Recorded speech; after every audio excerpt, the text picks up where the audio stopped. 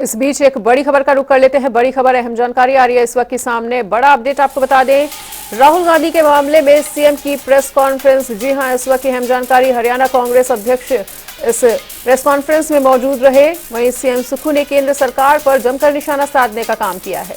राहुल गांधी ने संसद में सवाल उठाए थे, वहीं अब प्रेस कॉन्फ्रेंस होती हुई नजर आई है। सत्तापक्ष ने सवालों का जवाब नहीं दिया। राहुल गांधी की आवाज दबाने की कोशिश की जा रही है, ऐसे तमाम आरोप कांग्रेस की तरफ से लगाए गए हैं। वहीं विपक्ष के जिंदा रहने से लोकतंत्र जिंदा रहेगा। राहुल गांधी के मामले में सीएम की प्रेस कॉन्फ्रेंस। तो हरियाणा कांग्रेस अध्यक्ष भी इस प्रेस कॉन्फ्रेंस के दौरान मौजूद रहे। वहीं सीएम सुक्खू ने केंद्र सरकार पर जमकर निशाना भी साधा है और उन्होंने तमाम आरोप भी लगाए हैं। उन्होंने कहा कि राहुल गांधी ने संसद में सवाल उठाए थे और सत्तापक्ष ने सवालों का जवाब ही नहीं दिया। यह भी कहा जा रहा है कि राहुल गांधी की आवाज दबाने की कोशिश की गई है। तो विपक्ष के जिंदा रहने से ही लोकतंत्र जिंदा रह सकता है, ऐसा कहना है सीएम का। वहीं उन्होंने कहा कि राहुल गांधी पे जिस तरह से लगातार ये एक्शंस लिए जा रहे हैं, या इससे लोकतंत्र की हत्या हो रही है।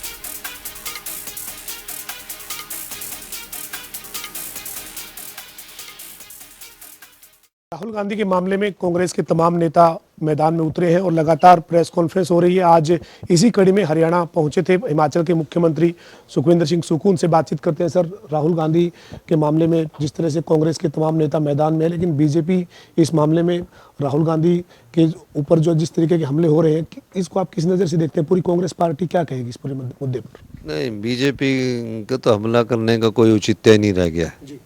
वो तो अपनी बात को सत्य साबित करने के लिए इस प्रकार की बातें उठा रही है।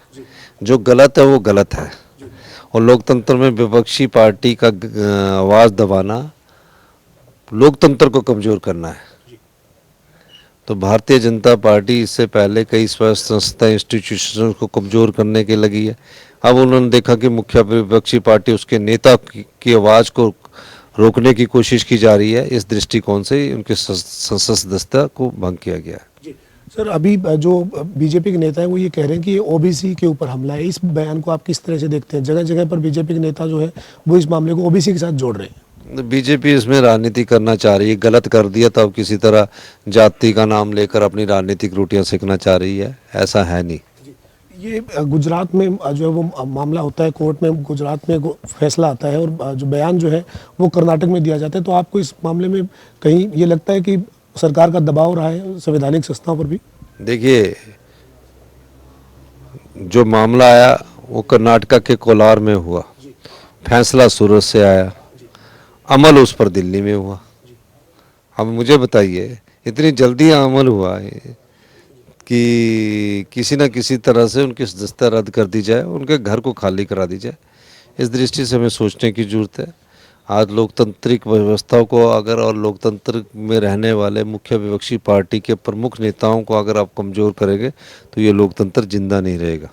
ये क्या 2024 के चुनाव से पहले इस तरीके की दबाव की राजनीति हो रही है? आप ये मानते हैं? राहुल गांधी जो है वो भारत जोड़ो यात्रा के बाद जिस तरीके से कांग्रेस के नेताओं ने कहा कि भारत जोड़ो यात्रा का बहुत जोरदार समर्थन मिला है, पूरे देश भर में कांग्रेस मजबूत हुई है, तो क्या उस भारत जोड़ो यात्रा के बाद इस तरीके का आप इसको कदम मानते हैं? देखिए, मैं तो ये मान सकता हूँ कि भारत जोड़ो यात्रा हो, 2024 का चुनाव हो, चुनाव जीतते और हारते रहते। चुनाव जीत की प्रक्रिया अलग है, हार की प्रक्रिया अलग है। लेकिन नेताओं की आवाज़ को दबाने की जो कोशिश सत्ताधारी पार्टी कर रही है वो जनता भी जानती है, और एक दिन जनता उसका जवाब भी देगी। बहुत बहुत धन्यवाद। सर, ये कहा जा रहा है कि राहुल गांधी कह रहे हैं कि गांधी कभी माफ़ी नहीं मांगते। इस बयान को आप कैसे देखते हैं? बीजेपी के नेता इसको लेकर राहुल गांधी पर हमला कर रहे हैं। नहीं, उनका भावार्थ ये नहीं था। उनका कहना है कि सत्य और हिंसा की जो लड़ाई मैं लड़ रहा हूँ उससे पीछे हटने का सवाल नहीं है। मैंने अदानी जी से 20,000 करोड़ रुपए कहाँ से आए उस मामले में सदन में आवाज़ उठाई। अगर उस मामले में आप मुझे माफ़ी मांगने की बात करते हैं तो मैं ये पूछना चाहता हूँ कि मुझे उस सवाल का जवाब दे दीजिए। उस सवाल का जब जवाब देंगे तो उस भावार्थ को सोचिए। उनकी लड़ाई सत्य और हिंसा और झूठ के सारे जो लोग राजनीति करते हैं उसके विरुद्ध है। झूठ बार बार सच से टकराता है, लेकिन अंत में जीत सत्य की होती है।